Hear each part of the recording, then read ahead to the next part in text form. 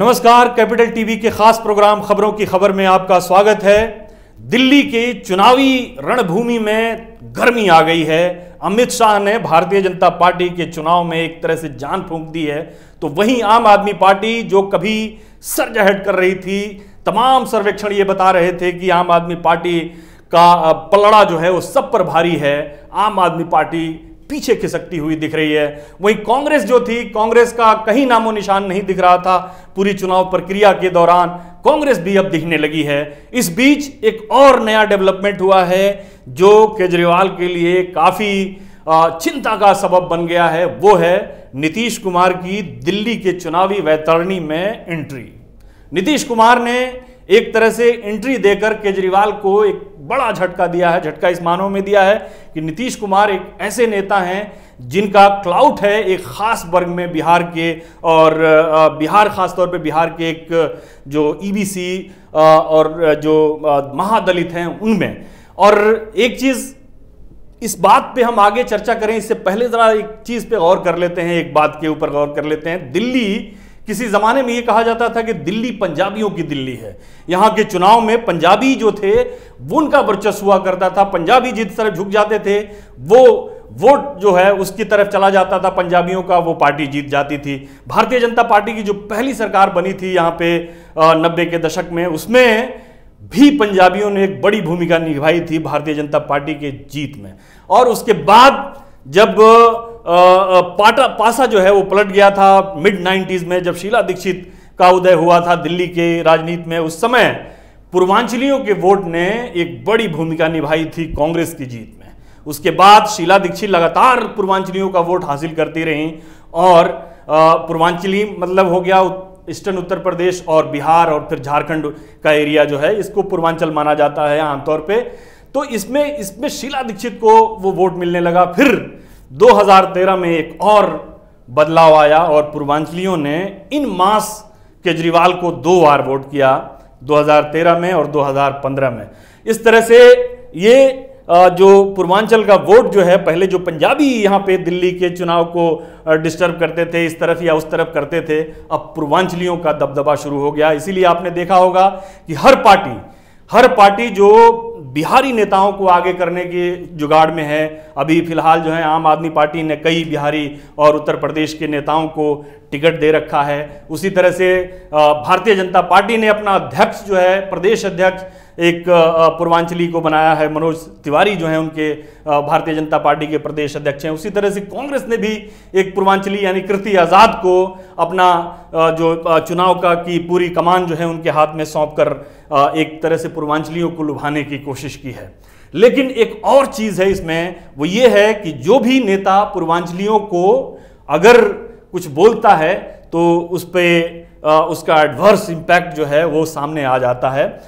सबसे पहले साहेब सिंह वर्मा ने एक बाहरियों का एक मुद्दा उठाया था। भारतीय जनता पार्टी के नेता थे साहेब सिंह वर्मा, उन्होंने एक बाहरी का एक मुद्दा बनाया था अपने चुनाव में। लेकिन उसके बाद जो है बाहरियों ने, यानी कि जो पूर्वांचली खासतौर पे उनके निशाने पर थे, पूर्वांचलियों ने उनके खिलाफ वोट किया, वो चुनाव हार गए।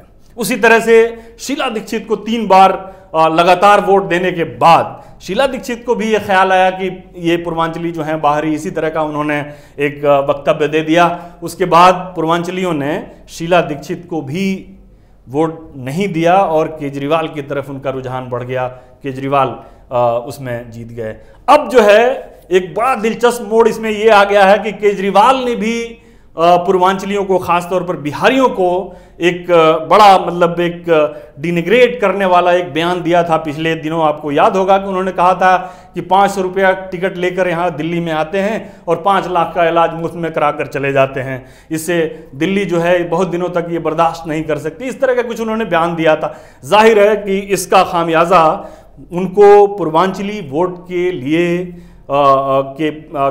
उनसे उनका झुकाव जो है दूसरी तरफ होना ये तय माना जा रहा है, और इसका नुकसान जो है केजरीवाल को उठाना पड़ सकता है इस चुनाव में। अब रही नीतीश कुमार की बात, तो नीतीश कुमार दिल्ली का चुनाव जो है, जिस तरह से पहले ये पंजाब का चुनाव, हरियाणा का चुनाव, वेस्टर्न उत्तर प्रदेश का चुनाव, उसी तरह से ईस्टर्न उत्तर प्रदेश और बिहार का भी चुनाव है। आप अगर बिहार में जाएं तो या ईस्टर्न उत्तर प्रदेश में जाएं, जिस तरह से इसकी चर्चा पंजाब में होती है या फिर हरियाणा में होती है या फिर वेस्टर्न उत्तर प्रदेश में होती है, उसी तरह की चर्चा दिल्ली चुनाव की बिहार में भी होती है, ईस्टर्न उत्तर प्रदेश में भी होती है। कई ऐसे लोग हैं, बल्कि बहुत ज़्यादा लोग हैं, ये कहा जाए कि 25 से 30% ऐसे लोग हैं कि जो पूर्वांचल के हैं, दिल्ली के कुछ 1.25 करोड़ वोटरों के बीच में इतनी संख्या जो है उत्तर प्रदेश, पूर्वी उत्तर प्रदेश और बिहार के लोगों की है। जाहिर है कि एक बहुत बड़ी संख्या है। ये संख्या ऐसी है कि जो चुनाव को इधर भी कर सकती है, उधर भी कर सकती है। पंजाबी भी एक बड़ी संख्या में थे, पंजाबियों का भी एक वर्चस्व था, खासतौर पे चुनाव के दौरान। कई सीटें आज भी हैं कि जो पंजाबी बहुल कहलाती हैं और पंजाबी उसमें अपना स्वय रखते हैं। लेकिन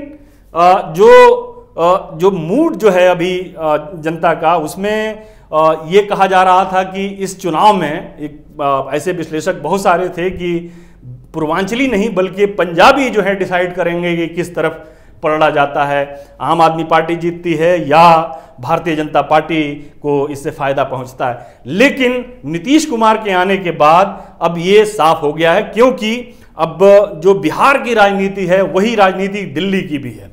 एक मिसाल के थ्रू मैं आपको बताना चाहता हूं कि जो बिहार की जो पार्टियां होती हैं दिल्ली के चुनाव में, उनकी स्थिति क्या होती है, उनका प्रदर्शन कैसा होता है, इससे ये समझ में आ जाएगा। आपको याद होगा कि रामविलास पासवान की पार्टी भी यहाँ पे चुनाव जीत चुकी है, लालू यादव की पार्टी भी चुनाव जीत चुकी है। रामविलास पासवान शायद दलितों के नेता हैं, उनको दलित वोट जो है यहाँ दिल्ली के अंदर एक अच्छा खासा वर्ग है जो दलितों का वोट उन्हें मिलता है। मायावती की भी पार्टी भी कई बार यहाँ पे कामयाबी हासिल कर चुकी है। उसी तरह से आरजेडी यानी लालू यादव की पार्टी भी यहाँ दिल्ली के चुनाव में कई बार उसे कामयाबी मिल चुकी है। लालू यादव को जाहिर है कि पूर्वांचली मुस्लिम जो हैं वो उनके वोटर है, खासतौर पे बिहार के रहने वाले जो मुसलमान हैं वो उनके एक चंक वोटर जो है वो थे, और उसी की वजह से उन्हें यहाँ पे चुनावी कामयाबी भी मिली थी। खासतौर पर ओखला का चुनाव था जिसमें आसिफ मोहम्मद खान जो आरजेडी के टिकट पे जीते थे, लेकिन बाद में वो कांग्रेस में शामिल हो गए थे। तो आरजेडी का भी यहाँ पे एक अपना एक क्लाउड है।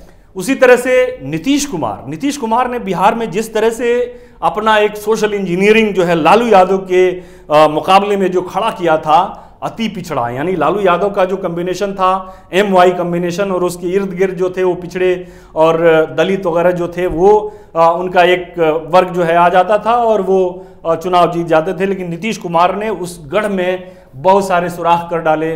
खासतौर पर उन्होंने पिछड़ों को बांट दिया अति पिछड़ा में। उसी तरह से मुसलमानों के अंदर भी उन्होंने महादलित का एक कार्ड बना दिया, फिर दलितों में भी एक महादलित का एक तबका उन्होंने पैदा कर दिया। इस तरह से उन्होंने एक अपनी सोशल इंजीनियरिंग बनाई। जाहिर है कि इन सारे तबकों के लोग दिल्ली में मौजूद हैं।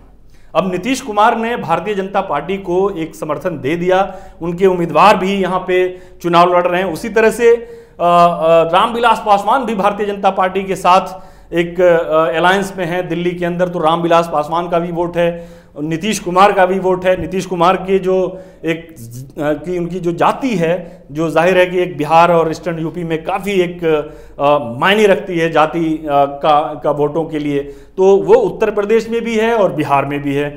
तो इस तरह से नीतीश कुमार एक बड़े फोर्स के रूप में सामने आते हैं। जाहिर है कि जो अपर कास्ट के लोग हैं बिहार के या ईस्टर्न उत्तर प्रदेश के, वो कांग्रेस से उनका काफ़ी दूर पहले ही मोह भंग हो चुका है और वो भारतीय जनता पार्टी की तरफ आ चुके हैं। तो इस तरह से जो ये कहा जा रहा था कि बिहारी वोट जो है या पूर्वांचली वोट जो है उसमें डिवीज़न होगा, अब वो डिवीज़न बहुत मिनिमम रह गया है। मिनिमम रहने का मतलब क्या होता है कि केजरीवाल के लिए खतरे की घंटी। नीतीश कुमार ने आकर एक तरह से ये बता दिया है कि दिल्ली का चुनाव जो है वो बिहार के चुनाव की तरह ही है, और इसमें जो ये एनडीए गठबंधन है इसका पलड़ा जो है वो भारी। और ख़ासतौर पे एक और चीज़ जो है इसमें एक आ रही थी कि श्रोमणी अकाली दल और जो दुष्यंत चौटाला जो थे वो भी भारतीय जनता पार्टी के लिए चुनाव प्रचार करते हुए नजर आए। तो इस तरह से एक फॉर्मिडेबल कम्बिनेशन जो है सोशल इंजीनियरिंग का, साथ में अमित शाह का जो चुनावी सभाएं हो रही हैं उससे आप में काफ़ी घबराहट है, और आप का जो एक जो बिहार के और ईस्टर्न उत्तर प्रदेश के वोटरों के ऊपर जो एक स्वै था पिछले चुनाव में, वो स्वै अब खत्म होता हुआ दिख रहा है। और अब वो वोट जो है नीतीश कुमार के आने के बाद, और रामविलास पासवान तो जाहिर है पहले ही से हैं, और जो आरजेडी के आने के बाद चुनाव में ये आम आदमी पार्टी को काफ़ी बड़ा धक्का लगता हुआ नज़र आ रहा है। जाहिर है कि जो अगर तेजस्वी यादव बहुत सारा वोट न काट पाएँ, अगर ओबीसी का और मुसलमानों का, फिर भी वो जो है, जो उनकी कास्ट के लोग हैं, जो यादव हैं यहाँ पे बिहार के रहने वाले, उनमें वो एक सेंध लगाने की हैसियत रखते हैं। तो इस तरह से ये एक खेल जो है, जो आम आदमी पार्टी की तरफ एक तरफा था, अब जो है आम आदमी पार्टी काफ़ी बैकफुट पर आ गई है और आम आदमी पार्टी का खेल बिगड़ता हुआ दिख रहा है। नीतीश कुमार, पहले आपको याद होगा कि पिछला जो चुनाव हुआ था उसमें नीतीश कुमार ने आम आदमी पार्टी को खुलकर समर्थन दिया था। लालू यादव की भी एक टैसिट एक समर्थन जो है उनको था। हालांकि नीतीश कुमार, ये अरविंद केजरीवाल जो है लालू यादव की जो भ्रष्ट छवि का मामला जो है उसको लेकर वो उनको रिजर्वेशन थे, लेकिन इसके बावजूद भी एक भारतीय जनता पार्टी को रोकने की जो रणनीति थी विपक्ष की, उसमें लालू यादव भी इनके साथ थे। अब जो है ये दोनों नहीं हैं। नीतीश कुमार, जाहिर है कि उन्होंने चुनाव से पहले ये ऐलान किया था कि वो शायद इनको अरविंद केजरीवाल का समर्थन कर दें। नीतीश कुमार के साथ के जो उनके साथी थे, जिनको अब उन्होंने बाहर कर दिया, जो चुनावी रणनीतिकार पीके हैं, प्रशांत किशोर, उन्होंने केजरीवाल की कमान जो है संभाल रखी है। यहाँ पे रणनीति उनके लिए बना रहे हैं, उनकी प्रचार वगैरह का जितनी जिम्मेदारियाँ हैं वो प्रशांत किशोर के ऊपर है। जाहिर है कि अरविंद केजरीवाल अपने कामों के ऊपर वोट मांग रहे हैं, लेकिन काम जो है वो अभी जो है वो बोल नहीं रहा है। अभी दूसरी बहुत सारी चीज़ें जो हैं वो बोल रही हैं, और नीतीश कुमार ने निश्चित रूप से अरविंद केजरीवाल के लिए एक बड़ी चुनौती पेश कर दी है, ख़ासतौर पर पूर्वांचली वोटरों के लिए, जो आने वाले चुनाव में अरविंद केजरीवाल के लिए काफ़ी महंगा साबित हो सकता है। फिलहाल के लिए इतना ही, इजाज़त दीजिए, नमस्कार। अगर आपको हमारा वीडियो पसंद आया हो तो इसे लाइक करें, हमारे चैनल को सब्सक्राइब करें और हाँ, बेल आइकन दबाना ना भूलें, ताकि आप तक हमारे वीडियो की नोटिफिकेशन पहुंचती रहे। आप अपना सुझाव हमें कमेंट बॉक्स में दे सकते हैं। हमारे साथ जुड़ने के लिए शुक्रिया।